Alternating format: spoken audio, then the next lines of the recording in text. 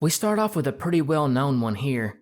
I'm of course talking about the Shazam movie featuring Sinbad that allegedly doesn't exist. You all know the story. Supposedly in the 1990s, a movie about a genie named Shazam featuring the stand-up comedian Sinbad that tons of people remember, especially kids that grew up then, never actually occurred. It's because of this shared false memory that this movie has become so ingrained with the Mandela effect theory. But what if it's not actually the Mandela effect at all? That leads us to this obscure conspiracy that this movie did actually exist, but the CIA, with all their immense power, was wanting to practice their wag the dog skills. And if you're not familiar with that term, it simply means creating a diversion to get eyes off of a particularly damaging scandal. You see this more commonly in political scandals when a leader, whose office may be in turmoil due to said scandal, decides to launch some kind of military intervention, which then distracts the home audience. Well, here, it's alleged that the CIA convinced Sinbad, and everyone affiliated with the movie, to deny its existence. Was this because of money? Or did they have some kind of damaging info on all these people? That is debatable, but it all ends the same. Sinbad comes out and says the movie never happened, and then the debate begins about it, making people forget a sensitive issue going on at the time. To figure out how much weight this one carried, I first had to find when the Sinbad Shazam Mandela effect became a thing. In my research, I was able to find by 2016 the Mandela effect was widely known on the internet and often appeared on memes and other trivia pages. However, as early as 2012, before the Mandela effect was a thing, or at least before it was popular, there was a Reddit post asking about finding the Sinbad movie called Shazam, in which he was a genie. Many users replied saying they also remembered, and it kind of began the whole search for it. So looking back into 2012, I tried to find any potential CIA scandals, and the biggest one of that year was when CIA chief David Petraeus got caught in an extramarital affair and had to resign. But would the CIA really come up with this whole Sinbad movie thing to seriously try and deflect from that? I mean, it wasn't even that widely known. So what happened in 2016 when the Sinbad Shazam Mandela effect really became a widely known thing? Well, I could find nothing embarrassing that the CIA would want to hide that year. So let's look back at the theory. It actually states it was practice for their wagging the dog skills. So I guess that was a test run more than anything. Which brings up the next question. Are all the other examples of the Mandela effect times when the CIA needed a distraction? Did they wipe away the existence of Jiffy peanut butter all to distract you from what's really going on? Did they send you on a wild goose chase to get to the bottom of the Berenstain Bears issue?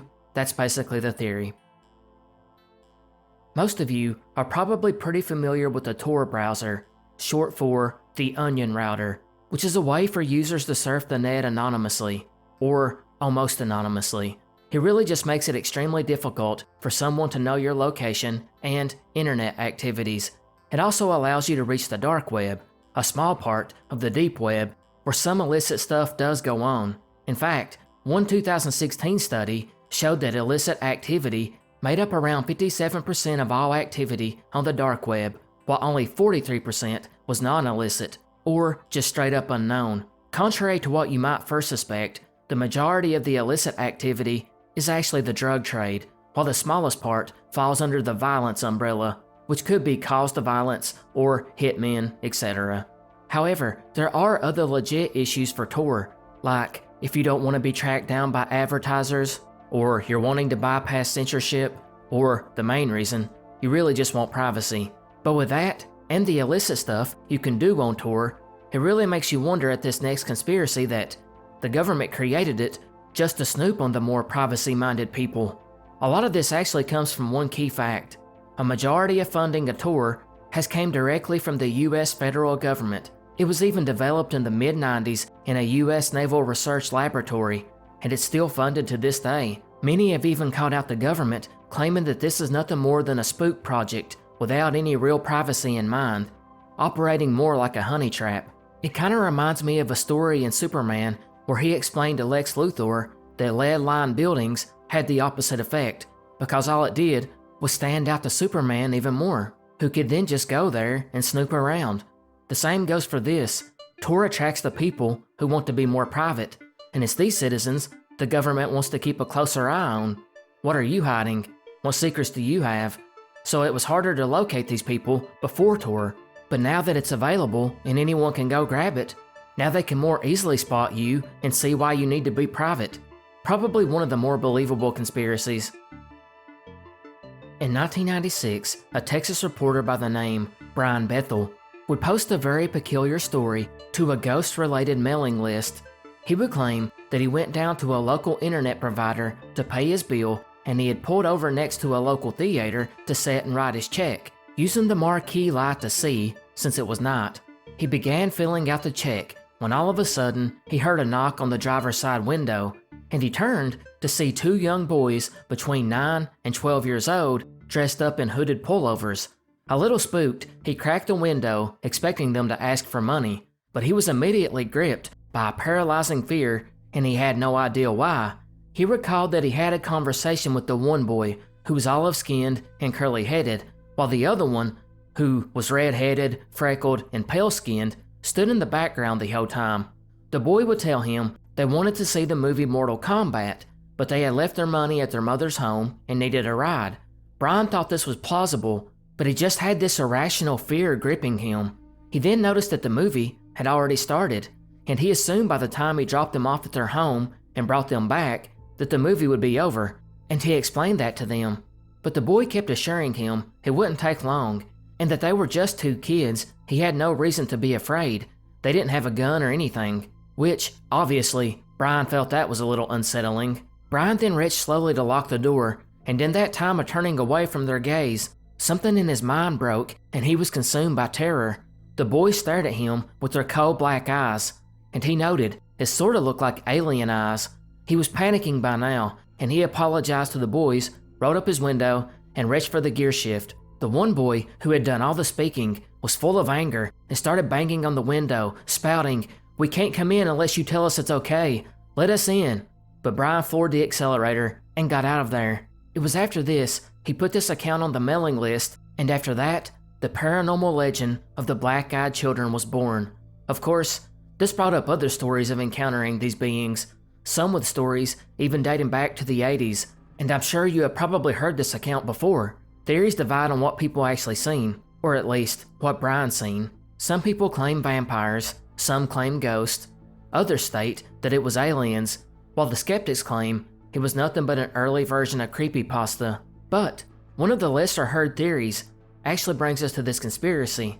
What if we are involuntarily summoning supernatural entities like the black-eyed children?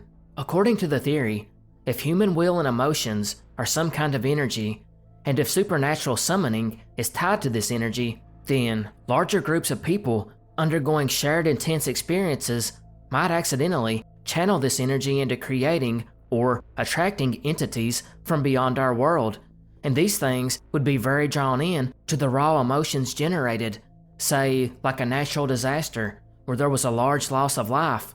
The people in the surrounding areas, or the people even on the other side of the country, could possibly watch the coverage of all the events, and sort of a gloom and sadness takes over the country. Soon, people from all over have a strong feeling of empathy for the victims, and it might possibly open up some kind of dimensional door to these forces. Likewise, these forces, since they are powered by the energy, would be simple, maybe primitive in their actions, much like the black-eyed children were. To further elaborate, if it was some kind of natural disaster, the sadness might attract some kind of mournful ghost that someone, or just a few people see. Likewise, in the black-eyed children account, if there is a wave of fear in the population, they could have arrived to feed on that fear, and maybe even cause some in the process. So to test this theory out, I tried to look back at what was going on during this time of the original black-eyed children encounter, but Brian's time range was pretty vast. All he could remember was that happened in the spring or summer of 1996. The only huge story I could find that year was the Olympic Park bombing in Atlanta. Now this did cause some fear and panic because the suspect, Eric Rudolph, wouldn't be apprehended for a number of years afterwards. So the question is, was there enough fear in the country at that point to manifest this black-eyed children appearance? Assuming it even happened around the same time. I'm unsure, But that's what the theory suggests. I wonder too if we can take this a step further and maybe suggest that a small town tragedy would pull in some kind of ghost known only to that area, or some kind of strange encounter. If so, that would totally explain the tons of ghost and other explained phenomena encounters across the world. Shamanism is one of the world's oldest religious practices, dating back to ancient times, with Plato, even in the 4th century BC, describing a form of it. And it's basically supposed to be someone who can enter the spirit world through altered states of consciousness, such as going into a trance. Sometimes this is through a psychological technique, other times it's from taking a hallucinogenic. Once they get into the spirit realm, what they can do depends upon the culture around the shaman, as they are all a little bit different.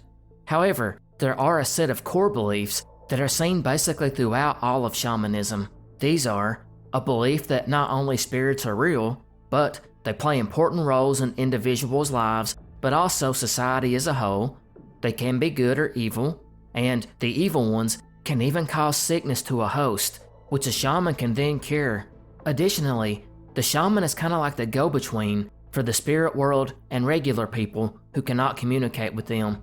And to do this, he must leave his body via going into a trance. And although this is a belief system that spans cultures and goes all the way back to ancient times, it's basically disappearing, with even the most isolated parts of the world becoming more connected to modern society. The ancient practice can sometimes be mocked even by the cultures that it used to be a staple of. But what if shamanism was real and is still real today? What if there are both good and evil spirits inhabiting the world, and some people are able to communicate with them? That brings us to the conspiracy of contemporary shamanism, and there's one case specifically that is used as an example for it, and I'm talking about the oh so famous one, Elisa Lam. I don't even have to give you the details, because if you're watching this video, then there's already a chance you know about her case, but I will touch on it anyways, just in case. Elisa Lam was a 21-year-old Canadian woman visiting LA, California in 2013. She checked into the hotel on January 9th and was reported missing by her parents on February 8th, and by February 19th, her nude body was discovered in a large water supply cistern on the hotel roof. But that was not the disturbing part. That would come when the LAPD released security cam footage of Elisa Lam acting strangely on the hotel elevator the day she was last seen alive. It seemed like she was talking to someone that wasn't there, and at points, like she was trying to hide from someone. Her movements didn't even seem human at points. This went viral and caused many to speculate what had happened. Some wondered if there was something off camera she was hiding from. Others suggested she was under the influence of drugs, although none were detected in her system. The coroner would eventually rule that her death was an accident caused by her bipolar disorder. But that's where our theory comes in. What if Elisa was being terrorized by one of these evil spirits? Because according to shamanism and people that believe this theory, evil spirits want to see harm come to an individual, but outside of making one sick, there's not much they can do to you, other than make suggestions they know will lead to a grievous outcome. I'm not saying personally I believe this theory, but if you look at it with an open mind, her actions on the elevator would then make sense. Like it so looks like she is talking to a spirit. The question is how it tricked her into getting into the water tower. Of course, the most likely theory is she really just was influenced by her mental illness. The JFK assassination is obviously one of the biggest, if not biggest, conspiracy in United States history, and because of that, we won't be diving into it this segment. However, one of the most controversial parts of the assassination is the Zapruder film itself. The Zapruder film, in case you don't know, is that haunting footage of the actual shooting itself. It's iconic and disturbing, and I won't show it here, but it fueled several of the conspiracies we know about now, because without it, this would have never been seen, and instead, we would rely strictly on what the history books tell us. But there's even some conspiracies about the video itself, with some suggesting that certain frames of the film have been manipulated in one way or the other to give us a story of what they want us to hear, like the shots came from somewhere else, perhaps on that grassy knoll. That conspiracy doesn't surprise me, but the film's been analyzed by many experts who have basically all came to the same conclusion that none of the frames were manipulated or deleted.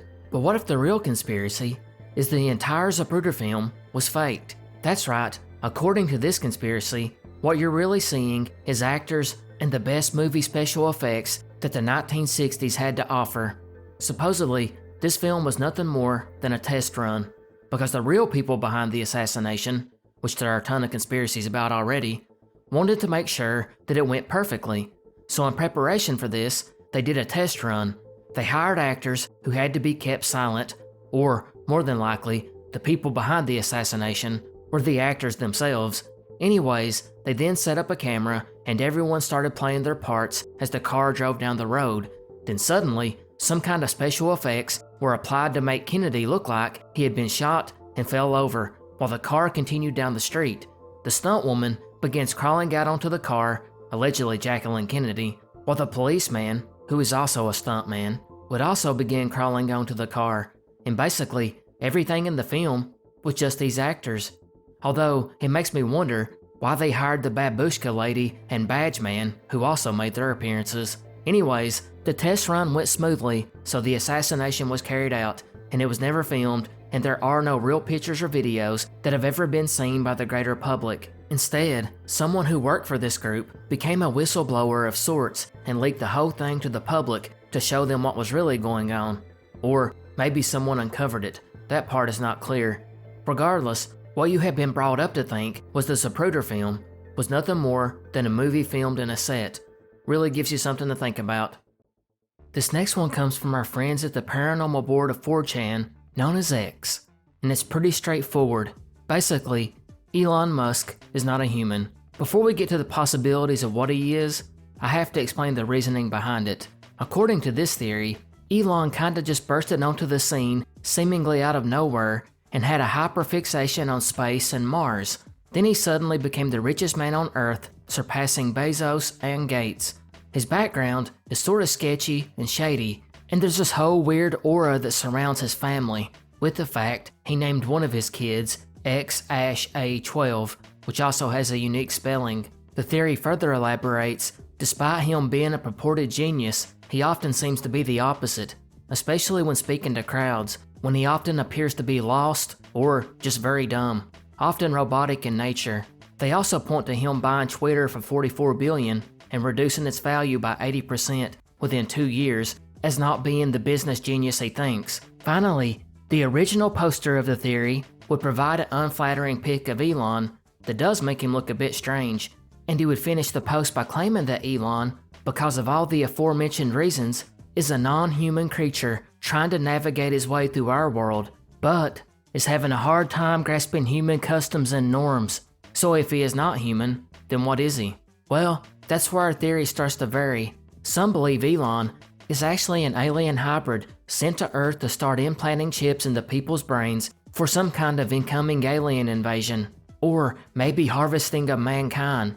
Others think he is not a hybrid at all, but instead 100% alien, with Elon's chest harboring a small creature with tentacles that just control the body. This is not exactly a new theory limited to 4chan though. Going back to as early as 2015, self-proclaimed physicist and mathematician Miles Mathis stated that Elon was instead a manufactured entity to be the face of various government projects taking place. He suggested that some sort of intelligence agency created him, and the man playing Elon is nothing more than an actor. Most strangely, Miles would go on to predict that Elon would eventually enter the world of politics. It should be noted, however, that most skeptics believe Miles Mathis is nothing more than a crackpot conspiracy theorist. In fact, he's not even a real physicist or mathematician. Instead, just a writer. Others do piggyback Miles's theory though, and suggest Musk is just pretending to be a self-made billionaire to try and encourage other trust fund babies to keep starting more failed businesses. Finally, some believe that Musk was at one point human and something happened, with one suggestion being he was taken over by a fleshgate, which we have discussed on a previous video. It's supposed to be a creature that can mimic a person's voice and appearance, and even copy their behavior after a time, once they acquire the victim's skin, that is, which would explain all the oddities portrayed by Musk. The space race was a time during the Cold War which seen the Soviet Union and United States racing to be the first to land on the moon. And while the Soviets were indeed the first nation to put a man in outer space, the US would ultimately land a man on the moon, thereby winning the race. And while it was a race for both countries out of national pride, the technological advances made during this time would actually be the true payoff for mankind, although that wasn't without the risk of danger, with close to 190 fatalities and incidents regarding spaceflight, with the vast majority happening in training and on the ground. Still, there have been 16 deaths upon trying to get to space, or trying to come back from space, with only 3 deaths actually occurring there, with that being the Soviet crew of the Soyuz 11, which saw 3 cosmonauts tragically die in space, the only confirmed fatalities there. Or is it? Well, according to one pretty popular long-running theory, the Soviets lost several cosmonauts in space and covered it up. And this goes back to as early as 1959, when an alleged high-ranking communist leaked information of a cosmonaut named Alexei Ladovsky, who supposedly perished in a converted R-5A rocket, followed by 3 more cosmonauts that died under similar circumstances, that of Andrei Mitkov, Sergei Shaburin, and Maria Gromova. This was eventually picked up by the Italian news agency, who reported on the claims that December. However, the Soviet Union never confirmed it, nor did Russia, and we don't know if these 4 cosmonauts were even real, or if this was some sort of misinformation. This wasn't the only case, however. In fact, the most famous one, that you have probably heard of, came from 2 Italian brothers that were also amateur radio operators in the 1960s, who allegedly recorded the communications taken from a Soviet secret space mission. And in this recording, you can hear the dying sounds of a suffocating cosmonaut. Of course, the legitimacy of this recording has long been disputed, but as mentioned, the lost cosmonauts is a long-running, fairly famous conspiracy, and I'm wanting to look at the more obscure ones, which brings us to this one. The missing cosmonauts theory is real, but they didn't die in space. In fact, they were killed by the Soviets when they came back to Earth, because they were witnesses. Yep, according to the theory, these so-called failed missions were actually successful. Not only did they reach space, but they may have went beyond what anyone ever expected. But once they did, however, they discovered something totally unbelievable and possibly dangerous. What this was is left to conjecture, the obvious theory being alien life, but some suggest some kind of celestial phenomenon or classified technology from the US. Whatever the case, the Soviets, not wanting that secret to get out for fear of mass panic, which of course, at the height of the Cold War, could lead to geopolitical implications, had to keep it hushed at all cost. And maybe the Soviet government couldn't trust the cosmonauts to really keep their mouths shut, and so the elites had to eliminate them.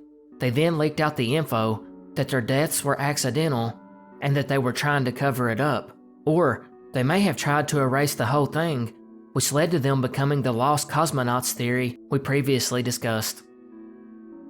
We've all seen the movies and shows and are pretty familiar with the Men in Black concept. These people are said to be government agents who show up after a citizen witnesses or has undeniable proof of a UFO or alien, or sometimes any unexplained phenomena, and when they show up, they interrogate this person or harass and threaten them to never divulge what they've seen. Or in the movie, they even memory wipe people to make sure they never speak of what they saw, and in extreme cases, they will even assassinate these witnesses. But why does the government have this branch that does this? To go back to what we've heard so many times before, it's simply to keep the broader public from panicking. So thus, these witnesses have to be hushed. The Men in Black are almost as popular as UFOs themselves, and while the general premise of their role in the UFO world kinda makes sense, one thing that no one ever bothers to ask is, how do they know which cases are going to cause panic? And which ones they can ignore? There are probably hundreds of UFO sightings a year, and Men in Black are rarely mentioned. Yet, there are some cases where they do show up. So what this says is that the Men in Black, who work for the government, must know ahead of time which cases are going to be important and which ones aren't. So is it possible that they have some innate understanding of public psychology? Do they know which ones are going to totally disrupt civilization? Probably not. And even if they did, is that something the powers that be would leave to chance? No, this conspiracy states that the government is already in possession of time travel capability, and that the men in black are just working with the information provided to them from this technology. For example, a UFO crashes or an alien abduction occurs. The government can now essentially go into the future to see how society would react if this is not hushed up. And after doing this for so long and so many times, they would essentially come up with basically a foolproof method to know which pieces of information would lead to mass hysteria or the breakdown of society. In the event one of these cases do occur, the men in black are then dispatched immediately to the area to intervene, even covering up by the most extreme measures if needed, while simultaneously they could look at other cases and see if these are ones they could just let slowly fade away from the public consciousness naturally. This would also explain why we don't know about any groundbreaking UFO events. I mean, if there are any, it's already been wiped away by the men in black, while we fixate on the ones that were allowed to stay in the public consciousness, the ones that are probably really nothing. Heck, it's even possible they allow minor leaks of classified information to occur, knowing it will serve as a distraction. Conspiracies, which were at one time relegated to late-night talk radio and obscure corners of the internet, has become a mainstay in pop culture, with almost everyone knowing tons of them, and almost everyone believing at least one of them. We have covered many on this channel alone, and just a quick search on YouTube reveals thousands upon thousands of conspiracy videos, and that kind of ties into this next one, the conspiracy of conspiracies, or sometimes called there are no conspiracies. This one is pretty much what it implies. All of these conspiracies we have covered thus far in this video, and in this series, and heck, every conspiracy video on YouTube was intentionally fabricated by the powers that be. Yep, that's right.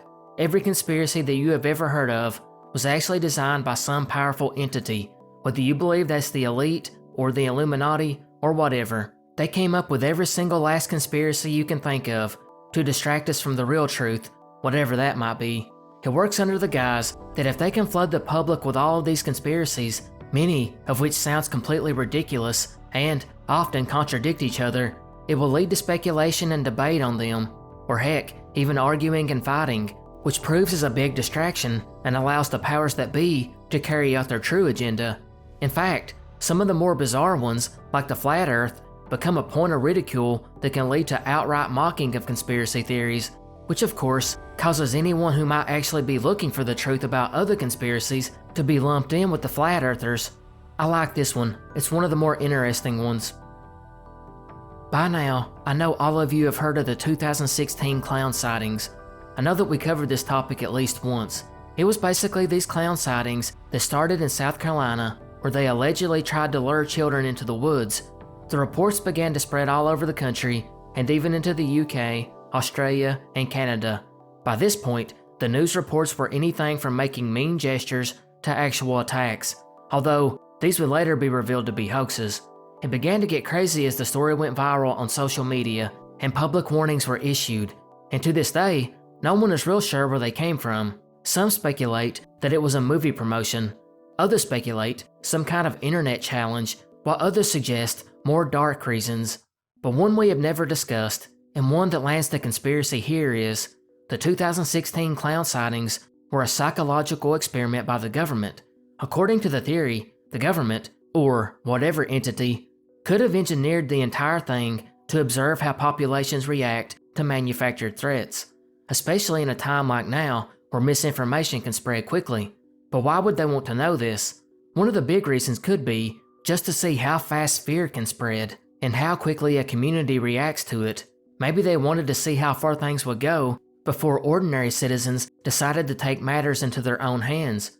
Because remember, reportedly, there were citizens that attacked the individuals dressed as clowns.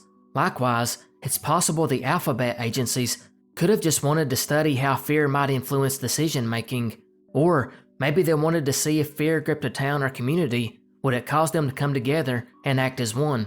And it's even possible the local governments were left out of the loop completely, and maybe this was actually tests just designed to measure the response times and see how they would handle such threats. Although there is no proof that the government is involved, It does sort of seem like an MK Ultra type project.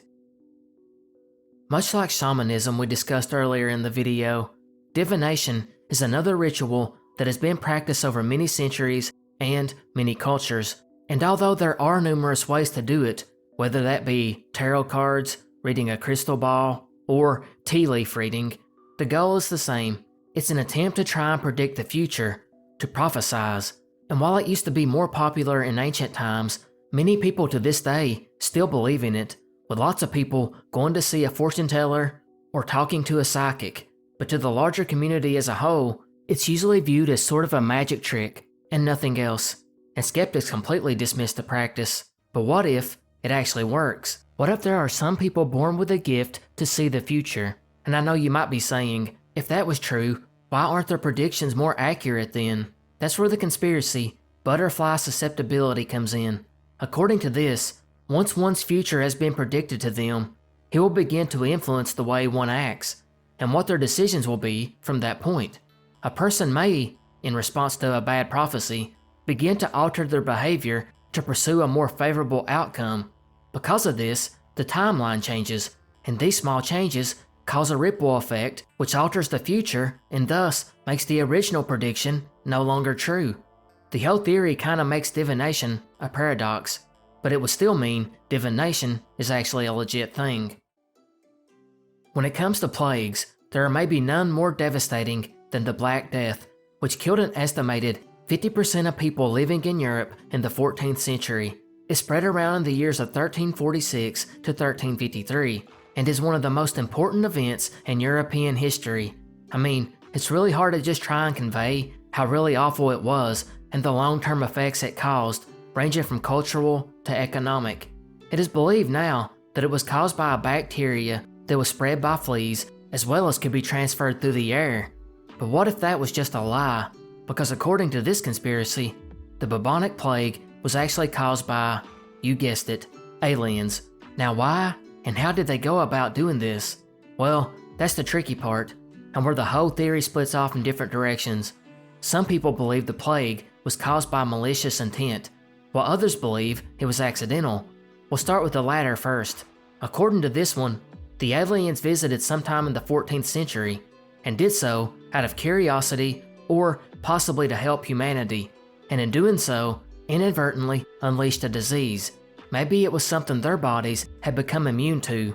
It's basically like the old world explorers passing on smallpox to the Native Americans, while the ones who take the opposite viewpoint believe that it was done intentionally. They believe the aliens visited somewhere in Europe around the time period and released it on purpose as a means of population control, or maybe to steal resources, or possibly so they could study it as an experiment.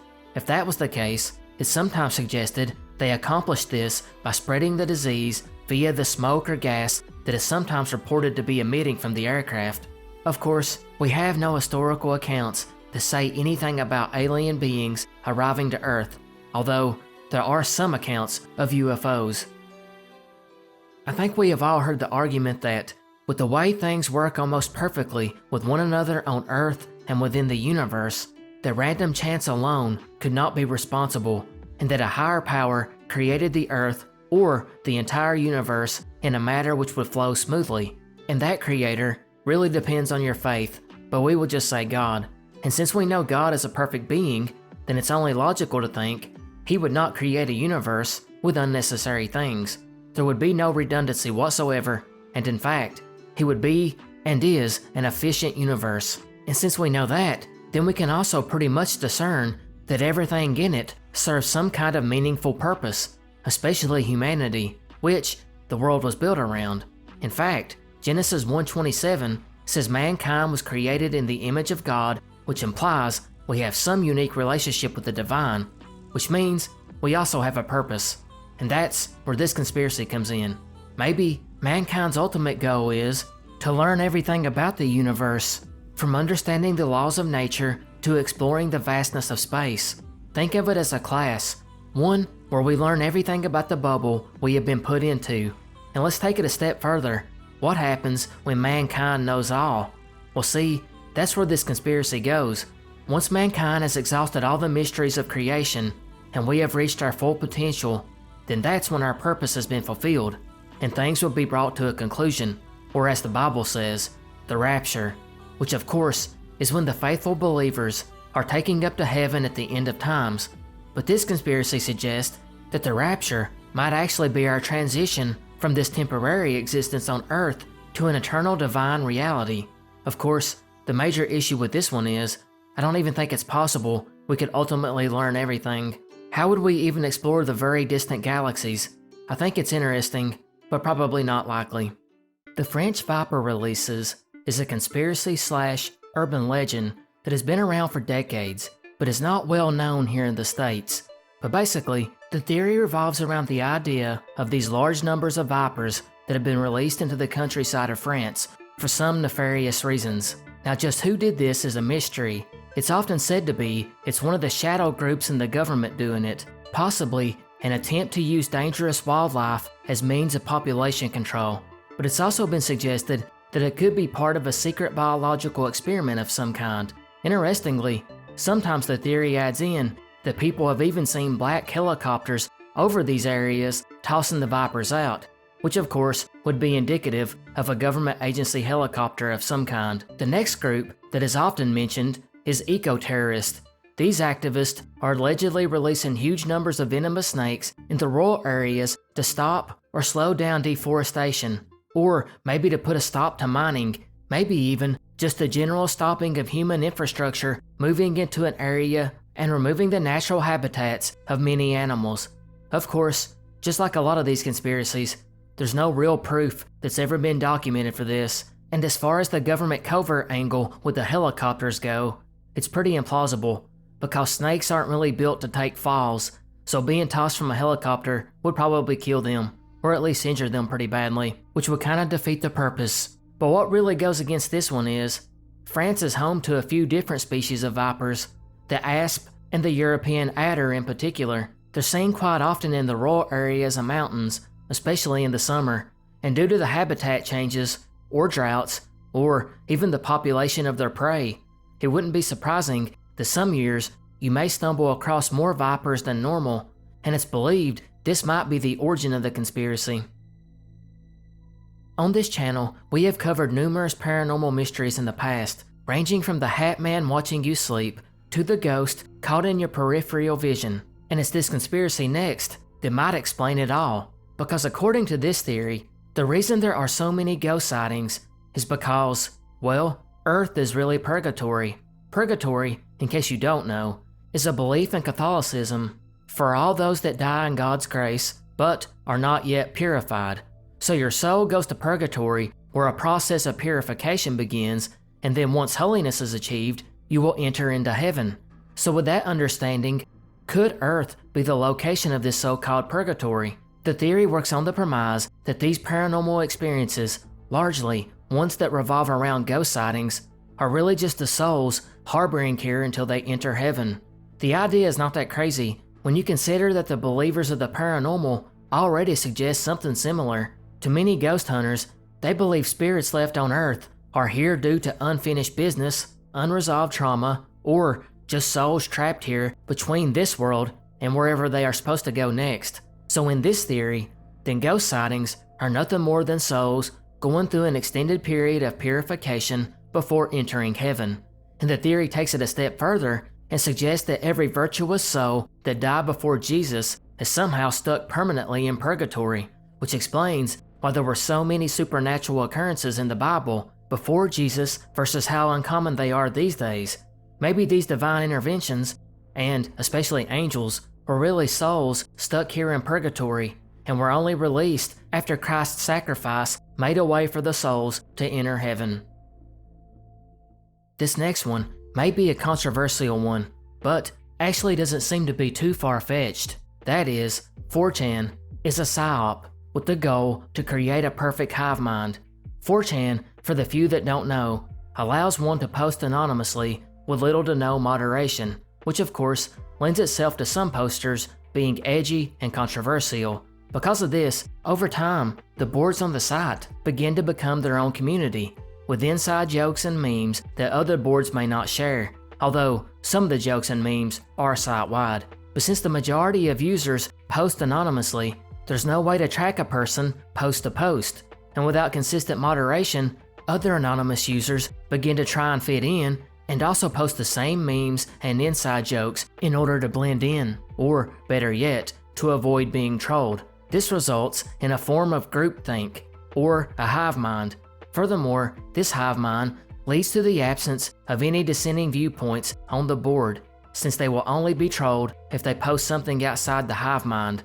This leads to an echo chamber, which just reinforces the hive mind, and the posters on the site soon don't even realize how much their thoughts are just being formed by the collective's thoughts. With all that being said, who's behind it? Again, you get your standard boogeymen, the government, or some shadow group inside, or possibly even a corporation. But why are they doing it? Well, the obvious answer is to manipulate and shape public opinion on human behavior. Maybe it's a testing ground to show how easily people's beliefs can be swayed, or how online disinformation can be spread. Others even suggest the whole site serves as nothing more than a way to study herd behavior, to see how people can be so easily influenced to take on extreme views. Or maybe it's a way to learn how people become part of a group without even realizing it. Maybe QAnon, which originated there, is an example of how effective it can be. Interestingly, the site is home to many alt-right conspiracies, with many using this to separate themselves from mainstream views. So ironically, if it is a psyop, the users might actually be serving the opposite purpose. Instead of rebelling against society, they are unknowingly aligning with someone else's agenda. This one is probably not far from the truth. All throughout history, and basically over every culture, folktales were told about hideous creatures and beings that could be hiding in the woods, ready to jump out on the first victim that comes by. Whether this was a vampire or a werewolf, the stories are not uncommon to our ancient ancestors, and likewise, there were many ways to stop these various mythical creatures. But what if they were not mythical at all? This theory suggests that at one point in history, some of these paranormal creatures that were said to lurk the night really existed, hence why there are so many stories about them. Take vampires for instance. They appear in folklore from Europe, Asia, and Africa, and although they are a little different, they share a lot and are pretty much the same creatures. They are undead or demonic, and they prey on the living by draining their blood. Suspected vampires were often beheaded or had a stake driven through the body, or sometimes burned, while garlic was thought to keep them at bay. So if they were found over numerous cultures, could it have been grounded in some truth? Maybe the knowledge of the methods spread throughout the old world and was passed down over the centuries, and over time, the vampire population was wiped out. It's even possible that at certain points in history, groups of people went around trying to find and massacre them, maybe by the order of a king or religious authority, or heck, maybe organized by the community itself. I mean, it's not out of the realm of possibility. Don't forget, there were witch hunts after all, and maybe now we look back at this piece of history as nothing more than superstition, while back then it was a very real threat. But this doesn't strictly adhere to vampires. It could also be other monsters, like werewolves. Again, here's a so-called creature that we all know its weakness, that of silver. Whether that be a bullet or blade, silver will kill a werewolf, and they are also afraid of holy symbols. So I ask you, is this just history's way of writing tall tales, or did mankind really perform genocide on vampires and the like? Alright guys, that brings us to the end of this episode. I hope you like the strange conspiracies I found. Goodbye, and good night.